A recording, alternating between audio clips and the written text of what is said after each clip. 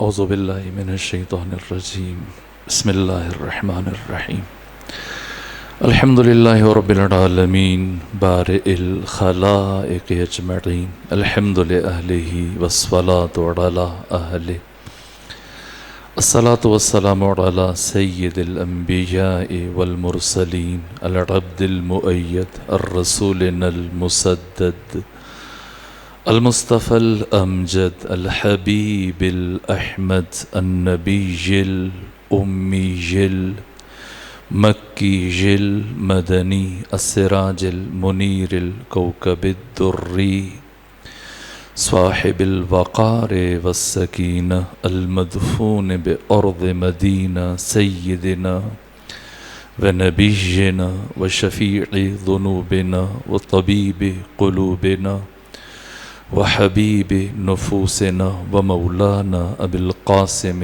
محمد المصطفى صلی اللہ علیہ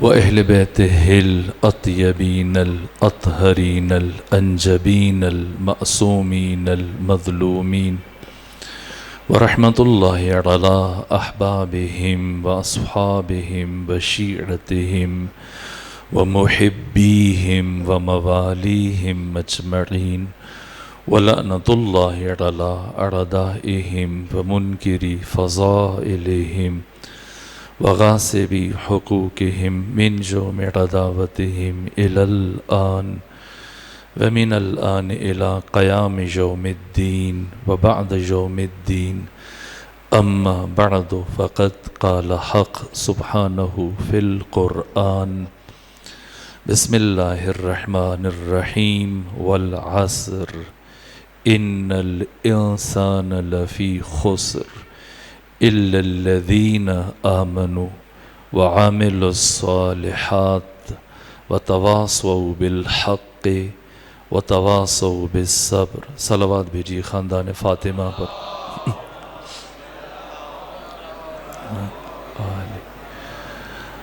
آپ کی خدمت میں عرض کیا گیا کہ انتظار یا عامیانہ ہے یا عالمانہ ہے یا عارفانہ ہے۔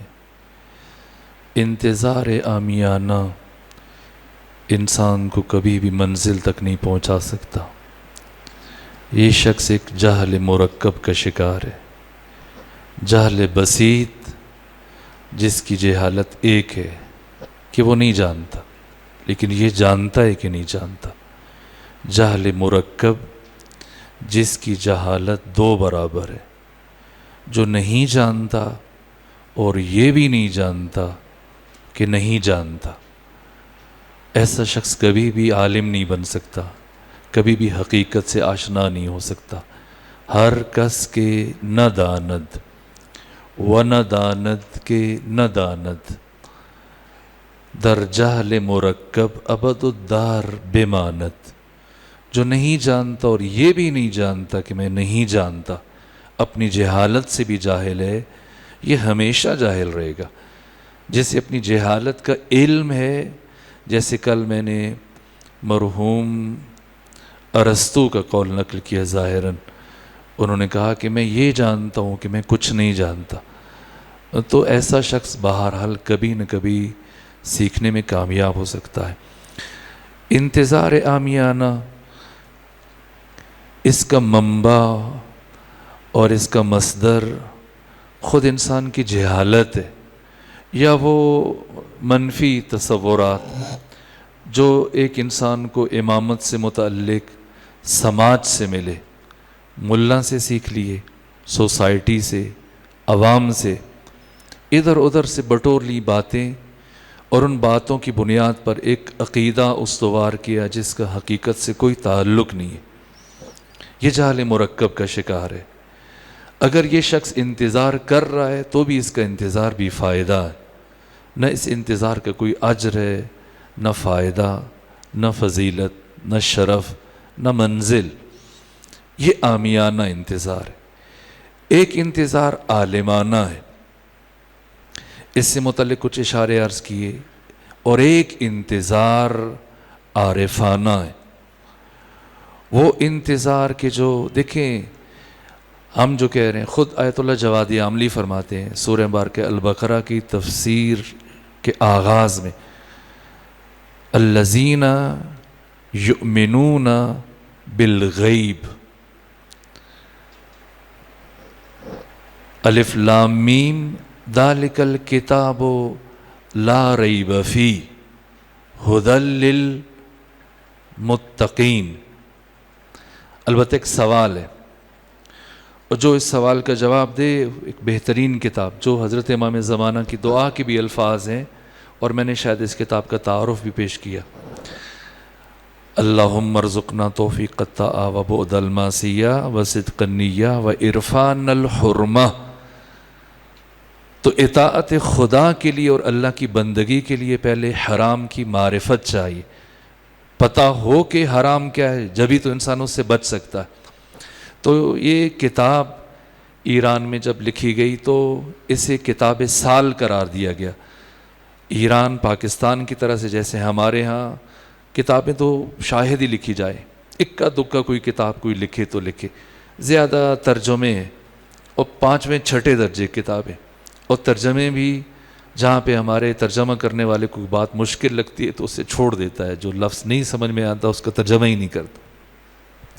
اور جن کتابوں کے ترجمے کیے جاتے ہیں وہ بھی مثلاً وظیفوں کتابیں ہیں یا کہانیوں کی، اس طرح سے علمی کتابیں، اساسی موضوعات پر لکھی جانے والی کتابیں، ان کا ترجمہ بھی نہیں کیا جاتا، لکھنا تو بجائے خود اکا دکا کبھی کوئی کتاب ہمارے ہاں آ جائے، ورنہ یہ نہیں کہ 10 کتابیں سامنے رکھ کے 11ویں کتاب بنا لیں، تو یہ تحریر نہیں، یہ تصنیف نہیں ہے۔ تصنیف جیسے استاد حق شہید مرتضیٰ مطہری نے بیان فرمایا کہ جس دن میں نے پہلی مرتبہ کتاب لکھنے کے لیے قلم اٹھایا تو میں نے اللہ کی ذات کے ساتھ یہ عہد کیا، پروردگار تو نے مجھے لکھنے کی توفیق عطا کر دی، تیری ذات کے ساتھ میں وعدہ کرتا ہوں جب بھی قلم اٹھاؤں گا اور کچھ لکھوں گا یا زبان سے کوئی بات کروں گا، ہمیشہ نئی بات کروں گا، کبھی چبی چبائی سیکنڈ ہینڈ انفارمیشن ادھر سے سن کے ادھر سنا دوں نہ، یہ بات ہمارے یہاں نہیں ہے۔ اکثر ہمارے یہاں جو کتابیں بنتی ہیں وہ اسی طرح سے، یہ اگر ہمارے یہاں 500 کی تعداد میں کتاب چھپتی ہے تو وہ بھی پھر کئی سال تک پڑھی رہتی ہے، ختم نہیں ہوتی۔ لیکن ایک ایسا ملک جو علم پرور ملک ہے، ہر سال ہزاروں کی تعداد میں اہم کتابیں لکھی جا رہی ہیں، اور ان ہزاروں کتابوں میں سے اس کتاب کو کتاب سال قرار دیا گیا۔ کتاب سال یعنی سال کی سب سے بہترین کتاب، اس میں محرمات اسلام، اسلام کی حرام کردہ تمام چیزوں کو بہت خوبصورتی کے ساتھ مدلل انداز میں بیان کیا گیا۔ سوال اب دیکھیں میں کیا کرنا چاہ رہا تھا، جس سوال پہ یہ کتاب پیش کرنا چاہ رہا تھا، کیا بات چل رہی تھی ہماری؟ جی، سورہ بقرہ کی تفسیر، سورہ بقرہ کی تفسیر، ہاں سوال سمجھ میں آ گیا۔ سورہ بقرہ دیکھیے، ماہ مبارک رمضان ہے، ہر روز آپ جو دعا پڑھتے ہیں ہر نماز کے بعد، شہر رمضان الذی انزل فیہ القرآن ھدی للناس وبینات من الھدی والفرقان، ھدی للناس یہ لفظ کہتے ہیں دعا میں۔ اچھا، یہ سورہ البقرہ جو تقریباً 286 آیتوں پر مشتمل ہے، 2.5 پاروں پر، اس سورہ البقرہ کے آغاز میں پروردگار فرماتا ہے کہ ذالک الکتاب لا ریب فیہ ھدی للمتقین، یہ کتاب جس میں کوئی شک و شبہ نہیں، ہر عیب اور ہر ریب سے اور شک و شبہ سے پاک ہے، تذبذب و تشکیک سے بالاتر ہے، یہ ہدایت ہے کس کے لیے؟ متقین کے لیے۔ اور اسی سورہ کے آخر میں پروردگار کیا فرماتا ہے؟ شہر رمضان الذی انزل فیہ القرآن، شہر رمضان جس میں قرآن کو نازل کیا گیا، ھدی للناس، یہ قرآن ہدایت ہے سارے انسانوں کے لیے۔ کیا سارے انسان متقی ہیں؟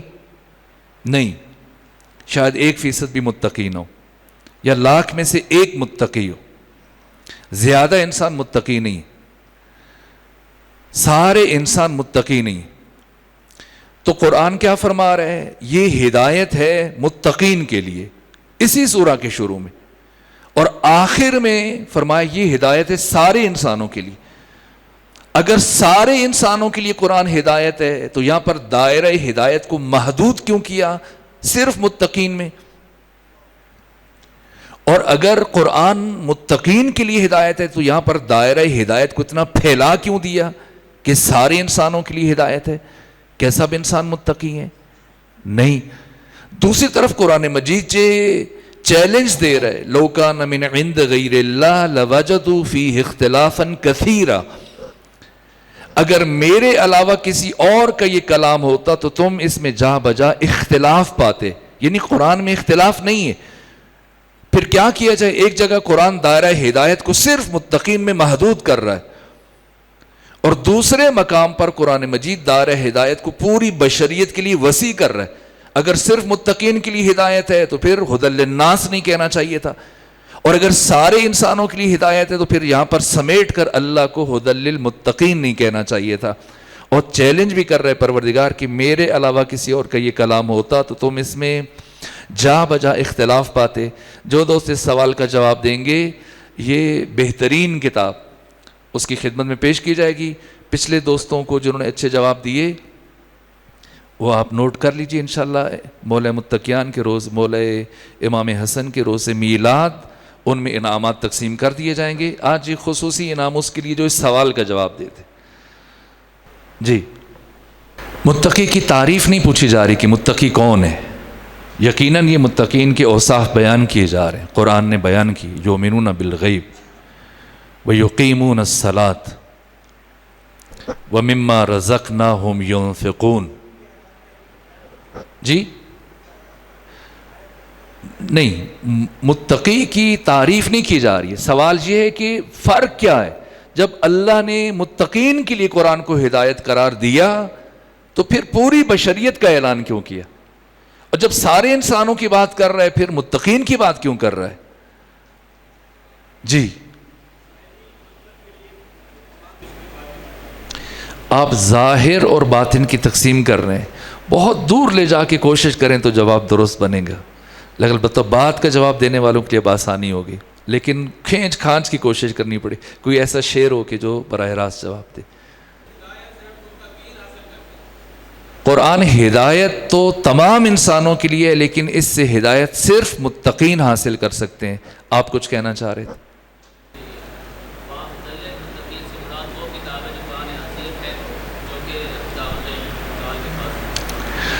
بزرگوار کا جواب درست ہے.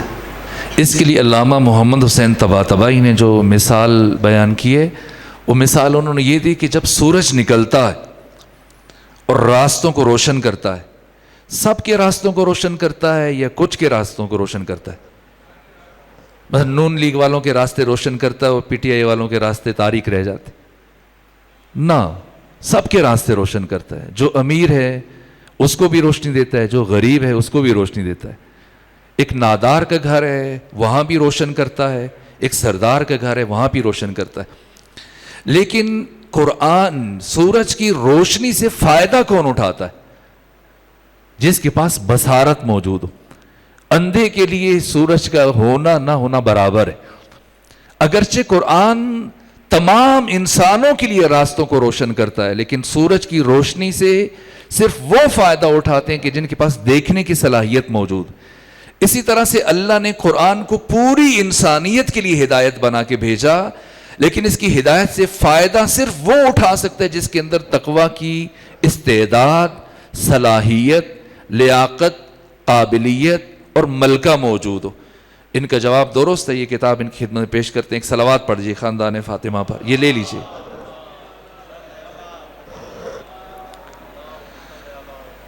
خوب. اب متقین کے اوصاف میں سب سے پہلی علامت، جزاکم اللہ، سلامت رہے، جو قرآن بیان فرما رہا ہے، یہ بہترین کتاب ہے. یعنی آپ کے گھر میں اگرچہ بہت بڑی لائبریری نہ ہو، چند ایک کتابیں ہوں، لیکن ان کتابوں میں یہ کتاب ہونی چاہیے.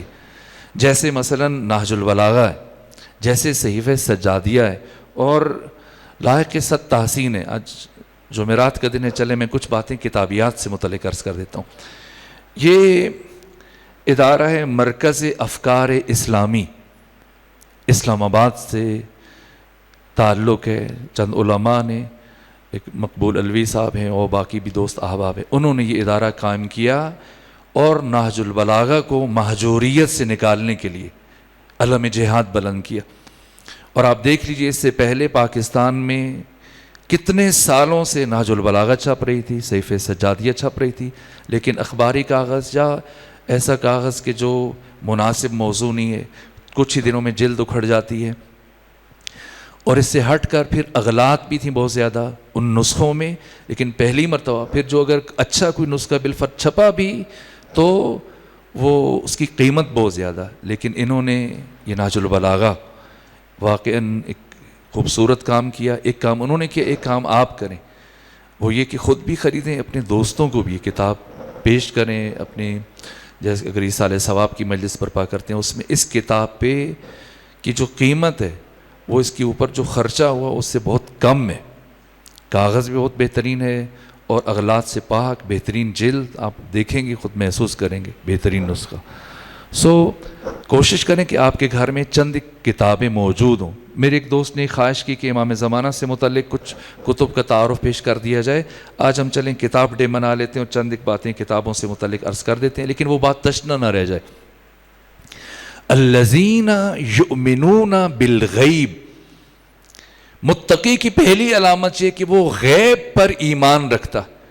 اور آغا جوادی کیا فرماتے ہیں کہ جو متقی کی پہلی علامت ہے کہ وہ غیب پر ایمان رکھتا ہے، وہ متقیوں کے امام میں موجود ہی نہیں ہے. عجیب ہے نا. متقی کی پہلی علامت کیا ہے؟ یہ استاد آیت اللہ جوادی عاملی بیان فرما رہے ہیں. متقی کی پہلی علامت جو غیب پر ایمان رکھتا ہو. وہ کہتے ہیں کتنی عجیب بات ہے کہ جو متقیوں کا امام ہے، امام المتقین علی ابن ابی طالب، ان میں یہ پہلی علامت نہیں ہے. کیوں نہیں ہے؟ کہ اس لیے کہ علی کے لیے غیب غیب ہی نہیں ہے، علی کے لیے غیب بھی شہود ہے. بس یہ امر غیبت نسبی ہے. یہ جو تیسرا انتظار آپ کی خدمت میں بیان کیا، عامیانہ، عالمانہ، عارفانہ، عارف کا جو انتظار ہے بالآخر اسے فرج شخصی تک لے جاتا اور اسے کم سے کم عالم رویت میں، عالم خواب میں امام زمانہ کی زیارت یقیناً نصیب ہو جاتی. یہ انتظار عارفانہ، اس انتظار کو بیان کرنے کی کوشش کی جا رہی تھی. یہ جو مولا متقیان کے جملے ہیں کہ تخففو تلحقو، یہ بھی انتظار عارفانہ کا نصاب ہے. سبق بار ہو جاؤ، ملحق ہو جاؤ گے. یعنی کوئی اگر اپنے زمانے کے ہادی اور حجت خدا سے ملحق ہونا چاہتا ہے، ایک نسخہ امام علی نے یہ بیان کیا. دوسرا، من یمت یرانی، موتو قبل ان تموتو اور من یمت یرانی، ان دو کو اکٹھا کریں. اب بہت فرق ہے رویت میں. جیسے ہم ورد اور وظیفے پڑھتے ہیں تاکہ امام کی زیارت نصیب ہو اور ہو جائے، فرض کریں ہو جائے، وہ کریم ہے. اگر ہم میں کجی یا کمی ہے، ان کی عطا میں کمی نہیں ہے. فرض کر لیں اگر ہم کوئی ورد وظیفہ کریں اور ہمیں زیارت نصیب ہو جائے، ثم ماذا، پھر کیا کریں گے؟ کیا بات کریں گے؟ کیا کہیں گے؟ یا صرف دیکھیں گے؟ بس یہ اساس ہے انتظار عارفانہ. اس میں معرفت شرط ہے، علم شرط ہے. کیا فرق ہے دید میں؟ یہ جو میں نے کہا کہ میں یمت شرانی، علی فرما رہے ہیں جو بھی مرے گا، جب بھی مرے گا مجھے دیکھے گا. اس لیے کہا یا ہر حمدان موتو قبل ان تموتو، مر جاؤ اس سے پہلے کہ تمہیں موت آئے. یعنی اختیاری موت حاصل کرو، اضطراری موت سے پہلے. اس سے پہلے کہ اسرائیل آ کر اس دنیا سے تمہاری ناف کاٹے کہ پھر بڑی تکلیف ہوگی، پھر تلقین میت پڑھنے کی ضرورت پیش آئے گی. اسرائیل کے آنے سے پہلے خود اس دنیا سے اپنی ناف کاٹ لو، اختیاری موت حاصل کر لو. سوال، کیا فرق پڑتا ہے؟ فائدہ کیا ہے؟ تو استاد جوادی عاملی نے جو خوبصورت اس کی تفسیر میں بہت بہترین نکات بیان کی، میں ایک نقطہ بیان کر رہا ہوں، چونکہ وقت ختم ہے، میں بہت ساری چیزیں عرض کرنا چاہ رہا تھا لیکن شرمندہ ہوں. وہ بیان کرتے ہیں کہ کیا فائدہ ہے اختیاری موت کے حصول کا؟ یہ کہ انسان اسرائیل کے آنے سے پہلے خود اپنے نفس کے اوپر مٹی ڈالنے میں کامیاب ہو جائے، جو میں نے کل ذوالقرنین سکندر اور جناب خضر کی داستان کا نتیجہ عرض کیا. یہ فرق پڑتا ہے. ایک ہے میراث، وراثت. ظاہر ہے کوئی مرتا ہے تو پھر میراث تو تقسیم ہوتی ہے نا، لیکن بہت فرق ہے. ایک مادی میراث ہے، ایک روحانی میراث ہے. مادی وراثت کب ملتی ہے؟ ارتضا، مادی وراثت کب ملتی؟ آپ کے یہاں وراثت کب ملتی ہے؟ مادی وراثت یعنی زمین، جائیداد، پلاٹ، بینک بیلنس، یہ روپے پیسے کس کے مرنے کے بعد؟ مورث کے مرنے کے بعد. مورث جس کی وراثت آپ تک پہنچنی ہے، وہ باپ بھی ہو سکتا ہے، ماں بھی ہو سکتی ہے، شوہر بھی ہو سکتا ہے، بھائی بھی ہو سکتا ہے، جس کی وراثت آپ تک پہنچنی ہے، یہ مورث. جب یہ مرے گا تب اس کی وراثت وارث کو پہنچے گی. لیکن روحانی وراثت کے لیے مورث کی موت شرط نہیں ہے، خود وارث کی موت شرط ہے. کلام الامام امام الکلام. امام کا کلام کلاموں کا بھی امام ہوتا ہے، اس لیے جلدی جلدی سمجھ میں نہیں آتا. مادی وراثت جیسے یہ زمین، جائیداد، بنگلہ، اس کے لیے مورث کی موت شرط ہے. اور روحانی وراثت جو امام زمانہ بیان فرما رہے، علم، معرفت، بصیرت، آگاہی، شعور، تقوی، استقامت، صبر، شجاعت، عفت، حیا، جتنی بھی صفات پسندیدہ، اخلاق حسنہ، یہ کمالات، یہ کب مل سکتے ہیں؟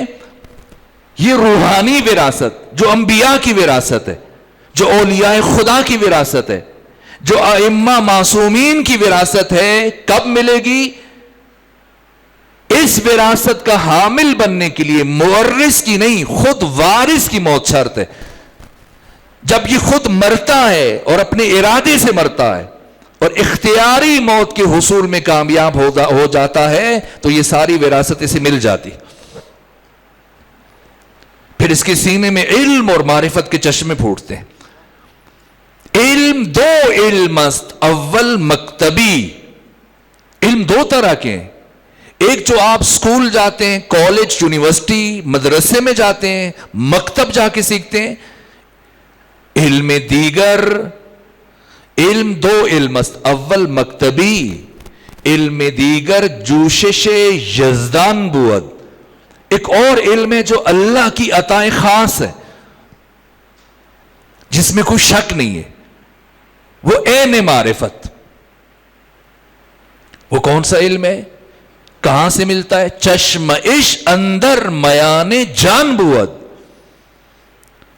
وہ علم باہر سے تلقی نہیں ہوتا ہے، کتابوں سے، استاد سے، معلم سے، نہ. اس علم کا سرچشمہ انسان کی جان ہے، روح ہے. وہ علم اندر سے پھوٹتا ہے. وہ کیسے پھوٹتا ہے؟ ماہ رمضان، اس لیے جملے عرض کر رہا ہوں، وہ تزکیہ سے پھوٹتا ہے، وہ تہذیب نفس سے پھوٹتا ہے. خمینی بت شکن نے ایک خوبصورت مثال بیان کی اس ضمن میں کہ ایک معمار نے، ایک شخص نے خواہش کی کہ وہ، جیسے دیکھیں آپ یہ صاحبان زہرا، میں ملتان میں مختلف امام بارگاہوں میں جانے کا شرف حاصل ہوا، لیکن میرے خیال میں یہ طول و عرض کے اعتبار سے، مساحت کے اعتبار سے ایک بڑا ہال ہے، خوبصورت ہال ہے. مثلا اگر آپ چاہیں کہ اپنے لیے خوبصورت مہمان خانہ تعمیر کریں،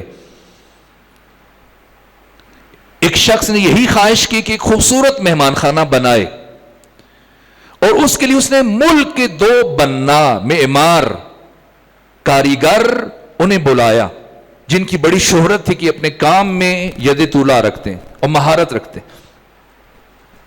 دونوں کو بلایا اور کہا کہ آپ کو آپ کی مرضی کے مطابق مزدوری دی جائے گی، لیکن ایسا بنائیں کہ جو اس شہر میں کسی اور کے پاس ایسا مہمان خانہ نہ ہو.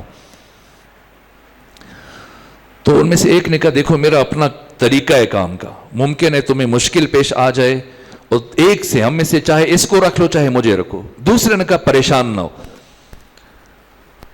تم جیسا بھی کام کرو تمہیں دقت نہیں ہوگی، کوئی اس میں دوئیت نہیں نظر آئے گی کہ الگ الگ بندوں نے کام کیا اپنے اپنے طریقے سے. نہ، تم اپنے طریقے سے کرو، میں اپنے طریقے سے کروں گا، اور میں ضمانت دیتا ہوں یہ نہیں لگے گا کہ دو بندوں نے کام کیا، لیکن میری شرط یہ ہے کہ میں کام اپنا الگ کروں گا، اس میں تمہاری مداخلت نہیں ہوگی اور میں تمہارے کام میں مداخلت نہیں کروں گا. تو اب وہ ڈھانچہ کھڑا کر دیا گیا اور وسط میں ایک پردہ حائل کر دیا گیا، اور یہ دونوں کاریگر آتے. پہلا ہر روز جیسے مختلف چیزیں لگی ہوئی ہیں، یہ سیمنٹ منگوا رہا ہے، مثلا باقی وہ موتی منگوا رہا ہے، قیمتی پتھر منگوا رہا ہے، ماربل منگوا رہا ہے، نصب کر رہا ہے بڑی محنت سے. دوسرا آتا ہے اپنے کچھ اوزار لے کر، لیکن اپنے میزبان سے جو تعمیر کروا رہے اسے کچھ نہیں کہتا، کبھی کچھ ڈیمانڈ نہیں کی کہ مجھے یہ چاہیے، یہ لا کے دو، یہ پتھر لا کے دو، یہ گچ لا کے دو، یہ چیز لا کے دو، نہیں، کبھی کچھ نہیں مانگا. صبح جب پہلا آتا ہے دوسرا بھی آ جاتا ہے، جب یہ چھٹی کرتا ہے وہ بھی چھٹی کر لیتا ہے، یہاں تک کہ چند مہینے گزرنے کے بعد جب پہلے نے کہا میرا کام مکمل ہے، دوسرے نے کہا میرا کام بھی مکمل ہے. اب کام دیکھنے کے لیے جب وہ میزبان آیا، پردہ بیچ سے ہٹایا گیا تو عجیب منظر تھا. اس نے تو مختلف پتھر اور مختلف شیشے اور مختلف دھاتیں استعمال کر کے بہت خوبصورت بنایا تھا، لیکن دوسرے نے اپنے ذوق اور سلیقے سے اور اپنی محنت اور کوشش سے لگایا کچھ بھی نہیں، لیکن اتنی مہارت سے اسے آرائش کرتا رہا، اندر سے صاف کرتا رہا، اس کی تہذیب کرتا رہا کہ ادھر کا حسن ادھر متجلی تھا اور وہ منظر دیدنی تھا. ادھر کی خوبصورتی ادھر دوسری طرف منعکس ہو کے زیادہ خوبصورت لگ رہی تھی. بس کبھی انسان مدرسے جاتا ہے، یونیورسٹی جاتا ہے، کسی عالم کے پاس اور معلم کے پاس جا کے سیکھتا ہے، لیکن کبھی کہیں نہیں جاتا، صرف اپنے نفس کی تہذیب کر لیتا ہے، تقوی الہی اختیار کرتا ہے، اپنے اندر کو اتنا صاف کر لیتا ہے، اتنا پاک کر لیتا ہے، اس طرح سے کامیاب ہو جاتے اپنے تزکیے میں کہ پروردگار اس کے اندر سے علم کے چشمے جاری کر دیتا ہے. یہی بات نہج البلاغہ کلمات قصار میں سے 147 نمبر جملہ، میں باقی چیزیں دوستوں نے کہا تھا، ڈاکٹر صاحب نے خواہش کی تھی کہ میں عشر اور زکوٰۃ کے مسائل سے متعلق کچھ، لیکن ایک نشست رکھ لیں گے، وہ بھی واجبات میں سے ضروری ہے، لازم ہے، جس میں سے خمس اور زکوٰۃ اور اس سے مربوطہ مسائل چند منٹ میں یا آدھی نشست میں ہم بیان کر دیں گے. دوستوں کے ذہن میں کوئی سوال ہوا تو وہ بھی بیان کر دیں. آج وقت نہیں بچا، انہوں نے کہا تھا کہ امام زمانہ کی دعا کا ترجمہ بھی کامل کر دیا جائے، اگرچہ میری بھی نیت تھی، انہوں نے خواہش کی، لیکن اس کو اب بیان نہیں کر سکتے. شب جمعہ ہے، وقت بہت محدود اور مختصر رہ گیا. آج شب جمعہ آپ جو دعا تلاوت کریں گے جو بہت تاکید ہے، اور خود ماہ مبارک رمضان کی شب جمعہ ہے، دعائے کمیل، جو کمیل ابن زیاد نخعی کو مولا متقیان نے تعلیم دی. یہ کمیل ابن زیاد نخعی مولا متقیان کے وفادار اور صاحب اسرار اصحاب میں سے ہیں. کوفہ کے نواح میں آپ کی قبر مبارک ہے، 90 سال کے قریب آپ کی عمر. آپ کو حجاج نے بہت ظلم سے شہید کیا. یہ مولا متقیان کے صاحب اسرار اصحاب میں سے ہیں. اب جب بات جہاں پہ پہنچی ہے تو مولا متقیان کا یہ نورانی اور آفاقی جملہ میں آپ کے سامنے عرض کرتا ہوں. کلمات قصار جو نہج البلاغہ کا تیسرا حصہ ہے، اس کی 147 نمبر جملہ کلمات قصار میں سے میں آپ کے سامنے پڑھ دیتا ہوں. کتابیات کے تعارف کے لیے میں نے کتاب اٹھائی تھی، لیکن اب وہ بھی رہ گیا. شرمندہ ہوں آج کم مطالب بیان ہوئے، انشاءاللہ ہفتے کے دن جبران کریں گے. اور حضرت امام زمانہ کی چاہتا ہوں کہ دیگر پہلو جو ابھی تک ہم ان کی طرف نہیں بڑھے، لیکن میں بطور خاص امام زمانہ کی علامات سے متعلق جو نظریات ہیں اور پھر مدینہ فاضلہ کا تصور بیان کریں گے. چونکہ وقت تیزی سے گزر رہا ہے اور دن کم رہ گئے. ابھی یہ جملہ بھی جناب کمیل ابن زیاد نخعی کو مولا متقیان نے ارشاد فرمایا. مولا متقیہ نے جناب کمیل کا ہاتھ پکڑا اور اپنے ساتھ لے چلے، قبرستان کی طرف چلے، اور جب آبادی سے نکلے اور خلوت ہو گئی تو ایک لمبی آہ بھری امیر المومنین نے، اور پھر ارشاد فرمایا یا کمیل ابن زیاد، اے کمیل ابن زیاد نخعی، یہ مالک اشتر نخعی کے قبیلے سے ان کا تعلق تھا۔ یہ جو ہم نے کہا کہ علم دو علم است، یہ خطبہ امام زمانہ سے متعلق بھی ہے۔ آپ دیکھیں گے خطبے کے آخری حصے میں جلدی جلدی پڑھتا ہوں، شر بیان نہیں کر پاؤں گا اس کی۔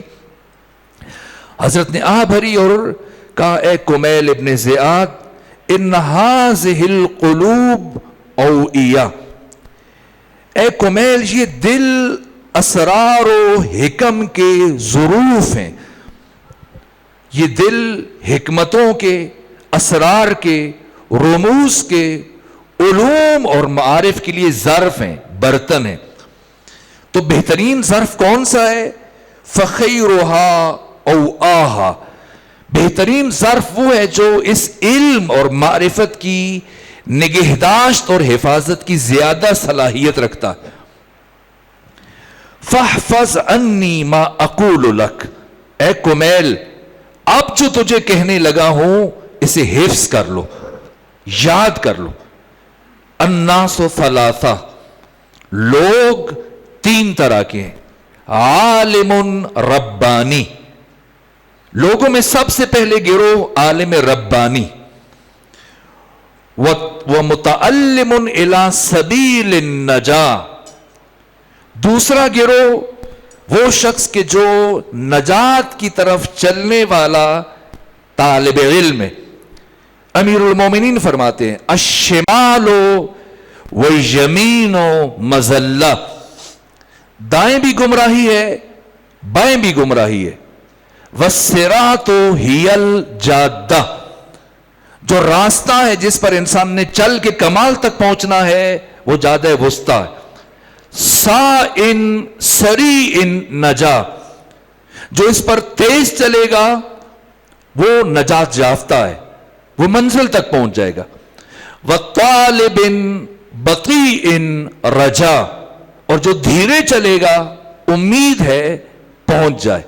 والمقصر فی النار ہوا، اور مقصر آگ میں جلے گا، تقصیر کرنے والا، کوتاہی، غفلت اور سستی کرنے والا آگ میں جلے گا۔